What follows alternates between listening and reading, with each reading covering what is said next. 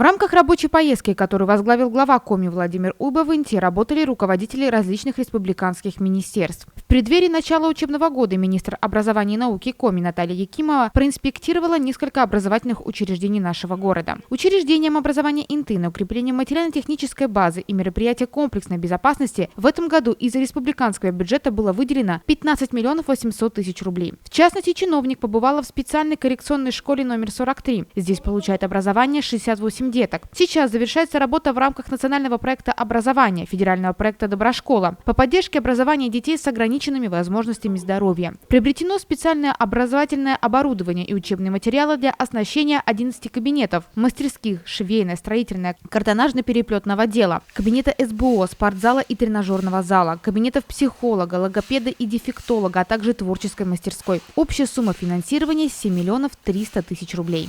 Это действительно реализация одного из мероприятий нацпроекта. Это создание современных, качественных условий для обучения детей, которые учатся сегодня по разным видам коррекционных программ. И специальная коррекционная школа, которая находится на территории Инты, тоже вошла в этот проект. С одной стороны, это, безусловно, ремонт тех учебных помещений, тех кабинетов, где дети проводят свое учебное время, но самая главная ценность этого проекта – это в оборудовании. То есть это и учебное оборудование в соответствии с этими программами, и это прекрасное оборудование для работы дефектолога, психолога, логопеда. Кроме того, захватил этот проект и оснащение спортзала, то есть очень много всего интересного ожидает наших детей, когда они придут 1 сентября в коррекционную школу. К началу нового учебного года в школе завершаются текущие ремонты на общую сумму 3,5 миллиона рублей. Это благоустройство школьных помещений, замена окон и другое. Серьезная работа по укреплению материально-технической базы и созданию безопасных условий прошла в школе номер 10 и в лицее номер 1. Здесь проведен капитальный ремонт кровли спортзала, капитальный ремонт рулонной кровли учебного корпуса, отремонтировано крыльцо. Сумма финансирования этих работ составила 5 миллионов 300 тысяч рублей. Инта готова к новому учебному году. В этом году был проведен масштабный мониторинг состояния всех школ Республики Коми, которые нуждаются в капитальном ремонте. Более 100 учреждений из нашей республики вошли в федеральный реестр ремонта на предстоящие 5 лет.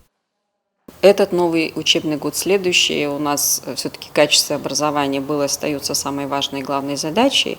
И наша задача не просто капитальный ремонт наших школ, если говорить о федеральной программе, а именно о том, чтобы в школах все были необходимые условия, современные условия для того, чтобы это качество образования обеспечить.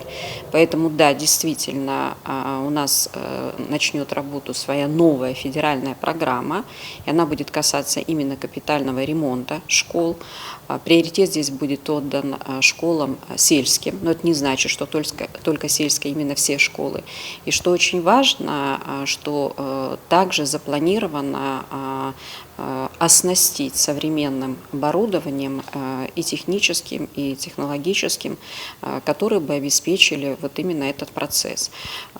Министерство наше, которое Наталья Владимировна как руководитель возглавляет, подали заявки, которые сейчас рассматриваются на федеральном уровне. И, конечно, у нас общая задача сделать так, чтобы те потребности, которые сегодня регион заявляет, их можно было защитить максимально. Всю необходимую предварительную работу мы сделали. Сейчас мы ждем уже новых установок и новых позиций со стороны Министерства просвещения Российской Федерации. Потому что программа не однолетняя, то есть она предполагает реализацию несколько лет. И, конечно, мы приложим все усилия для того, чтобы максимально войти в эту программу, понимая, что наши здания школ в первую очередь требуют ремонта, ну и, конечно, обновление учебно-лабораторным, учебно-методическим оборудованием тоже для нас очень важно. Создать программу капремонта школ на ближайшие 5 лет президент России Владимир Путин поручил в июне этого года.